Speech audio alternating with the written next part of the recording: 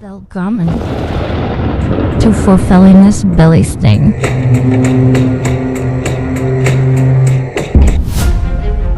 A show dedicated to aligning a journey to a better mental health using the understandings of the ancient Norse.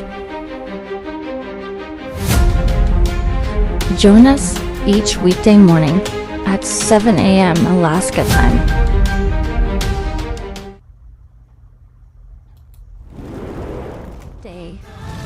Someone's little girl, daughter, sister, girlfriend, fiance, wife, cousin, mother, auntie, grandmother, great grandmother, elder, disappears, shattering, a family, a community, the world. There is something we can all do. Remember them. Leave it like that.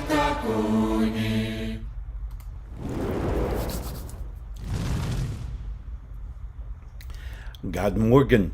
Hei. Welcome. Good morning, my friends, and welcome. Welcome to Belly Snig today. Today we speak about the Norse god Thor. Now, for those of you who are not familiar with Norse legend and lore, Thor began his recognition long before the Norse. He was actually recognized by the Germanic tribes that had migrated north from the Celtic nation of the Iberian Peninsula. So as these Celts migrated north, they came into the recognition of the power and physical strength, but at the same time recognizing the mental strength necessary to have the physical strength. So they were part and parcel as they recognized the god Thor. Now, Thor, of course, being whom he was and is, Thor represents a lot of things. But most importantly, we recognize Thor as not only needing physical strength, but mental fortitude as well. So, before we get started today, I want to give a huge shout out to all of you who have liked, followed, subscribed on all the multitude of platforms here, whether it be Facebook, TikTok, YouTube, Streamlabs, anywhere, Instagram, you name it. We're on all of those. So thank you so much for following along. For those of you who haven't, please, I encourage you strongly to like, follow, and subscribe. Help us to get into that algorithm that helps distribute the message even further. Remember, morning shows, the Belly Sneaks, are also available on the audio platforms, right? So you can go there and like, follow, subscribe us there. Download the latest editions. These each and every morning, these shows are uploaded to those platforms. So you can follow along and hear the message, hopefully getting that message out even further. And finally, I want to give a huge shout out to my friends and family at New Reality TV, newrealitytv.com. Of course, a new streaming channel packed with many different perspectives that can hopefully help you and resonate with you to make you or to help you to find that intellect or that knowledge that you need to kind of move forward in a more healthy way. Remember, our spirituality is tied directly to our mental health. So as we connect these two, we're going to find that peace, harmony, and joy that we're looking for. For those of you out there, again, as always, if you do need an extra ear to bend or want to start a dialogue, by all means, visit my website, norsewhispers.com/coaching. There we can set up some time, we'll talk, and hopefully get a dialogue going that can help you find that mental space or help maybe someone you know. So again, get that dialogue started and hopefully help. If you happen to find yourself in a position where you've got a few extra coins jingling around in the old coin purse and you want to put them to good use, by all means, check out our tip jar, akoutlaw.live. There you can actually support everything we do here, of course, being our online presentations as well as our in-person, where we're going out to villages and other locations throughout the country, countries plural, and hopefully helping others to find their way. So this morning we're talking about the power of Thor. We're talking about physical strength when we is kind of that first indication when we talk about Thor. But there was another part to him, and that was the mental strength necessary for him to do what he did or what he does. Of course, battling the giants and maintaining order within the realms is, of course, his primary mission.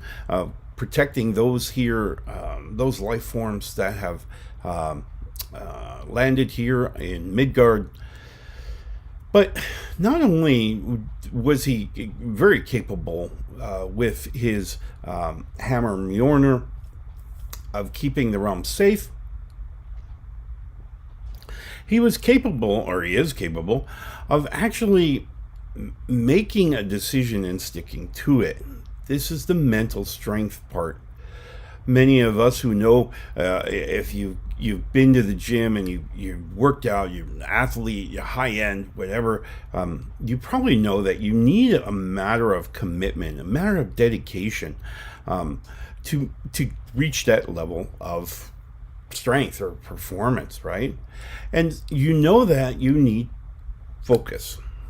And so that's kind of what we're going to talk about here today, is our focus, of making sure that we have the right focus, particularly in decisions that we've made. Now, we've talked about before, for those of you who joined us for Sporks Mall last night, we spoke about making a decision where we have kind of this power that we always have, this authority and energy necessary to change the energy that's being created by us. So if we're generating a lot of maybe negative or maybe even neutral energy, and we want to be positive, we want to be life happy, moving forward, we have that choice. We can make that choice, and we can change our perspective.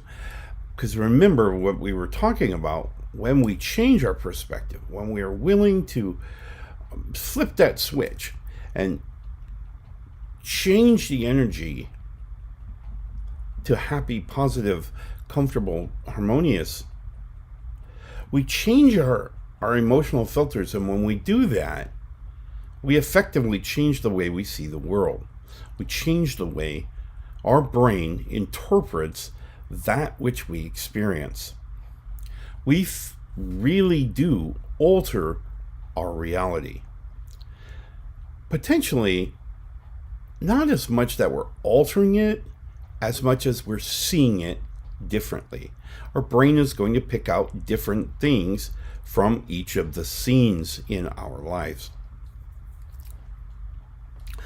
Alaska is a beautiful place. I absolutely adore living here, because it gives me the greatest example of this mindset.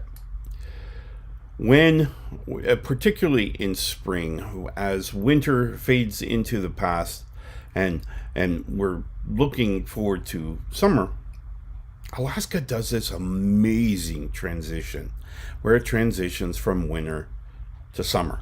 I mean, sometimes in a day. It just... But what we find most often than not is because we use sand on all the roads over the winter to help us navigate on the ice. As the snow melts and we begin to reveal the colors underneath the snow, it turns to this really dirty brown. Many of the streets will have this like brown tinge to everything on both sides of the roads, and it kind of really dulls it out. And of course, the greenery hasn't come in yet, so it's really a, I'd almost say a depressing or maybe just at least a neutralizing type of energy that we can interpret from seeing these things. And then almost like a day or two later, it begins to green up. And here in Alaska, particularly here in South Central, it greens up fast. It goes from looking very winterish to looking very summerish very quickly. Leaves come in on the trees, grass greens up. It literally turns. But what I noticed is as I do my morning commute to work, and I will watch, I'm watching the sides of the streets and whatnot. It dawns on me very quickly, I can see flowers blooming. There'll be places along the roadside where it's like the fireweed is beginning to come up. The flowers are blooming. Life. And my perspective allows me to see that. Now, if I were to drive to work and I was grumpy, I had woken up on the wrong side of the bed, and things were not going my way this morning. As I looked at those scenes, I may not see the flowers. I physically may not see those flowers, those blossoms. I may not see them at all. Why? Because my brain is programmed to look for things that support a negative narrative. Or it maybe not as much a negative narrative as a less positive narrative. So I may not see the flowers. I may not even pay attention to them because my brain is programmed to look past them.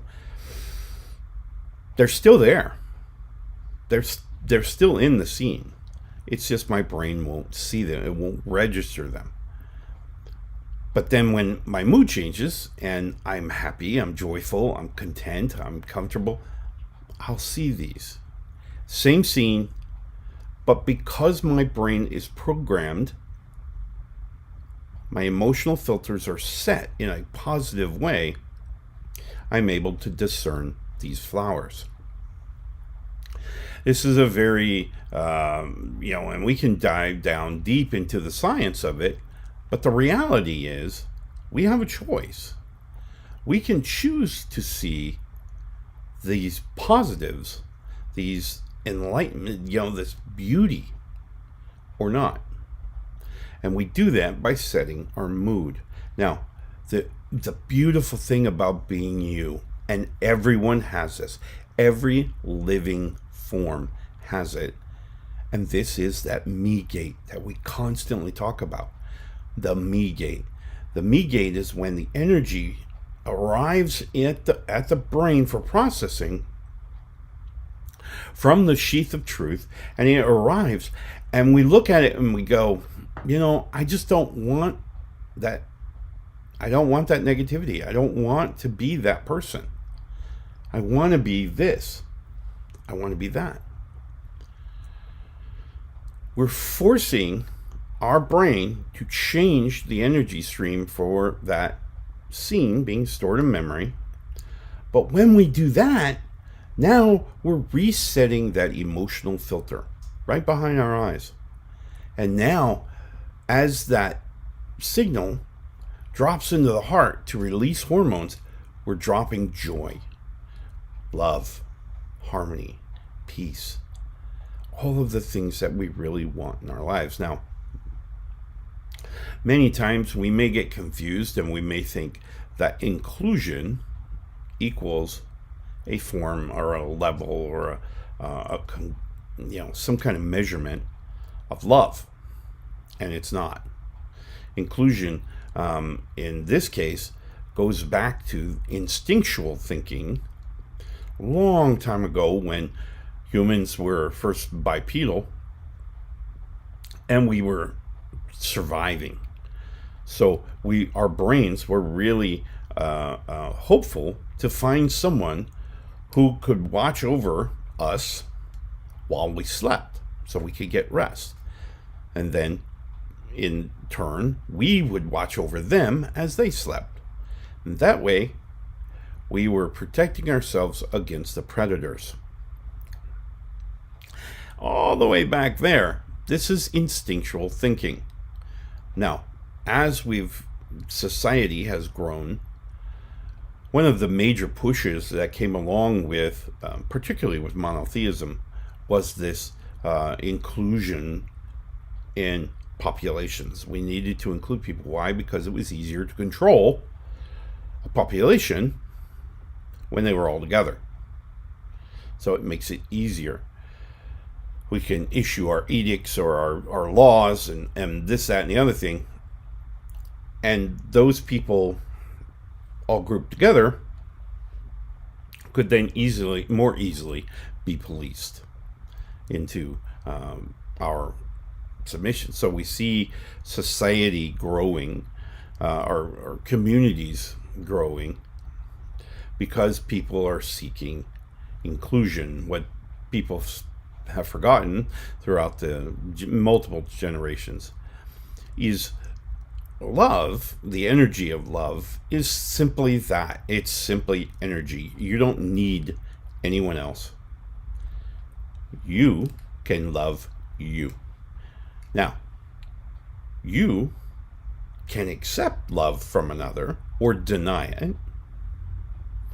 They can accept or deny love from you. Now, when we talk about love as an energy source, we have to remember that just because I love you, as an example, if you tell me, Mark, I don't like you at all, that doesn't affect my expression of love towards you. It doesn't. It shouldn't. It does in many cases, but it shouldn't. I should be able to express my emotional state irrelevant of a return. So if I were to say, I love you, but only if you love me back, now we're stipulating these conditions. So it's becoming a conditional set or conditional love. It's not love. It's conditional love. All right? It's only in trade for you loving me in return, or at least you being, maybe even not loving me in return, but not being angry or not being violent towards me. But that's not, again, that's establishing a condition. All right? And conditions are not true love. All right? So we're going to take a quick break. When we come back, I want to kind of continue our process of understanding the strength of making a decision or using our heart or emotional state and not allowing influential energies to then alter that projection or that reception of energy. So we'll be right back. We're going to take a quick break. In the air. The time is now. We're all waking up. We're waking up. We're all waking up. It's all shifting. New vibrations. It's you. It's you. It's me. It's all of us. Together. A new time. A new day. A new energy. A new energy. New reality. Awaken with us. Awaken with us. Awaken with us. New Reality TV. newrealitytv.com.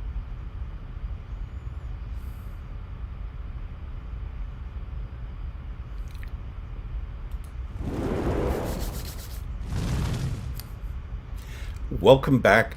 Thank you for taking that quick break with us. Remember, if you are looking to extend your advertising, by all means, feel free to check out that link and wonderful opportunities to advertise not only on these live shows, but on the pre-recorded shows that we do each week as well. So, wonderful opportunity.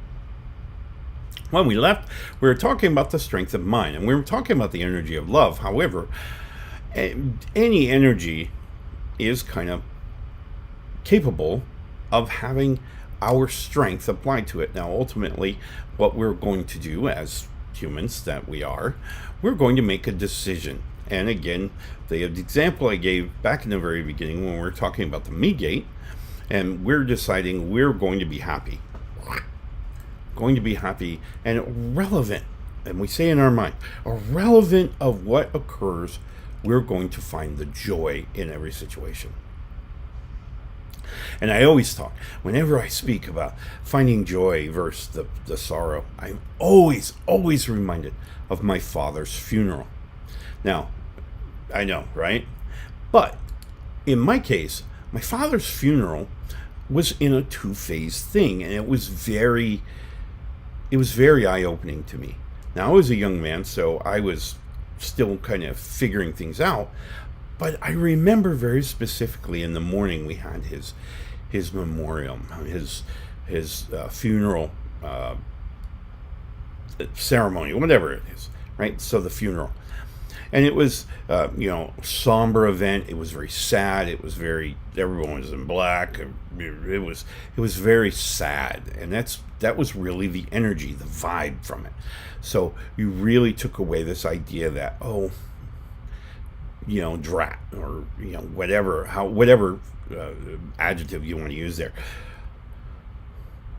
That's what it was designed to do. So it was recognizing the departure of the physical form. My father had left his physical form, and the biological unit doesn't exist without a spiritual entity connected to it. So he was gone. And so we embraced and recognized the departure of his spirit from the physical form. We wouldn't have him to talk with anymore.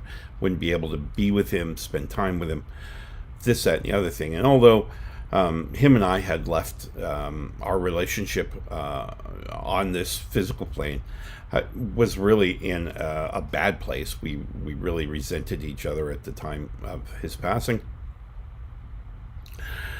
So there was a huge amount of guilt on my part, but nonetheless, it was a very, very somber, very sad event.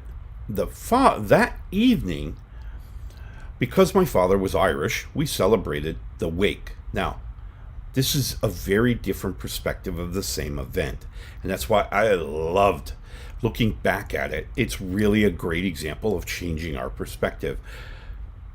In the morning, we embraced the loss of the physical form. It was a very depressing, very sad, but in the evening, we changed the perspective and we celebrated with an Irish wake. Now, Irish wakes, for those of you who have not been to one, and I don't know how official and authentic it is, but it really stuck with me because instead of recognizing the departure of the physical form, they recognized the arrival of the spirit to the spiritual realm. They really celebrated it. So there was drinking, there was, it was a real celebration of life. And I love when individuals with whom I've attended throughout the decades, as they really shift the focus away from losing the individual to gaining a spiritual being, that the spirit has returned to the spiritual realm.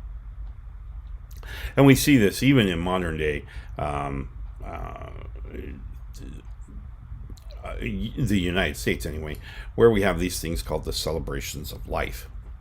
We're celebrating in lieu of the somber, very sad, almost depressing kind of perspective of a funeral. Instead, we're celebrating the arrival of this spiritual being. So it was a perspective change. It allowed us to see the same event, the passing of an individual, in two different ways. Right? So it tells me that in spirituality, if we're seriously embracing this idea of recognizing what spirituality is really the emotional journey that we take through this physical lifetime. Spirituality then is the ability to understand and manage our emotional states by taking advice and maybe encouragement from entities who may or may not possess a physical form. That, in a nutshell, is spirituality. Whether we celebrate our spirituality as a monotheist or polytheist or maybe even an atheist, maybe we just see the spirits and we don't really see the difference in energy streams between the spirits at which control the earth and the deities. Okay. It's your perspective. It's where you're seeing this thing from. My father, of course, before he departed this physical realm, was he was an atheist. Okay, he didn't believe in any of this nonsense. And it wasn't until after his death, as I communicated through my physical or psychic channels, where I was communicating with my grandfathers, where I was kind of taught that was merely a bravado. It was merely a false narrative that he had created to kind of escape what he thought was his birthright, was his lot in life, right? So he kind of used this crutch of atheism to kind of get him through. Now, obviously, probably got an eye-opening after the spirit left the physical form, that there were other entities out there, and there were these other spirits that were now communicating with him and helping him to understand what he had learned while he was here. Now, I can say with absolute certainty that when my father departed the physical plane, I went on ultimately, all in all, it had started when my father had left the family, the nuclear family, and my mother had divorced him, and my brother and I had lived with my mother. And I really went on a 10-year bender, really a destructive time in my life, very dark, where I was really looking for answers. And I had no idea. And it wasn't until my shield maiden came into my life, roughly 10 years later, and brought this stability, brought this understanding, brought this faith, and certainly brought the energy of hope. And that was a game changer, right? So again, another perspective change. So as we look at our lives, as we look at the experiences that we have in this life, we're kind of looking at this trajectory where these experiences that we're having in this physical time, in this reality, are just altering our trajectory just a little bit. And we have the option to control what that looks like. We control the narrative. We get to decide if we're going to be happy, if we're going to be sad. And this is really where the strength of Thor comes in handy. As we pray to Thor, we ask him for the mental strength to then make a decision as to how we're going to feel and to stick to it. Remembering that there are influential energies coming from all around us, maybe tempting us angry, frustrated, disappointed, whatever, right? We have all these energies that are coming at us from a multitude of sources that are trying to sway us from what we feel, the way we want to be, okay? And we're in control of the narrative. You're in control. You can decide how you're going to feel. And then by praying to Thor or communicating with Thor, using Thor as the example, we can now set our mindset to be what we want it to be, to see what we want to see. All right? So you have that authority. You have that energy within you to maintain and monitor that. And that is what hopefully Thor brings to our everyday lives. Now, for those of you who do pray to totems or use totems, understand how totems work, a whole nother show, by the way. But nonetheless, the wearing the Mjolnir or a representation of Mjolnir kind of points to us or kind of outlines to us this idea of following Thor and understanding that Thor had and represents the strength of mind to get things done, for us to control the narratives in our mind, not allowing influential energies to sway us. All right? So today, as we think about Thor and we embrace him on his day, I encourage you to think about the decisions that you're making in your life and how those decisions are being altered or manipulated by an influential energy that may not be your own. Taking control of the narrative. What do you want to be? What do you want? How do you want to feel? That narrative is completely up to you. And you can do anything you want. You know, whether societally we recognize it as good as bad, you can make any decision you want. Okay?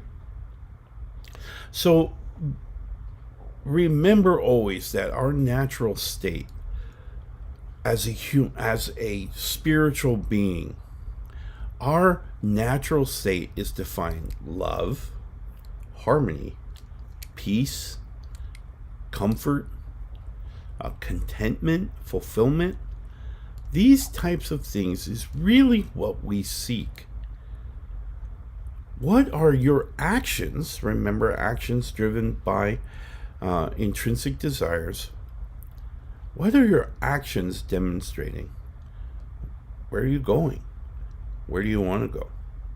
So think about these things today as we embrace Thor's Day, as to making a decision of the way you want to feel, and don't let people pull you away from that. If you want to feel love, remember, them loving you is not a criteria. You either love or you don't. And both are fine.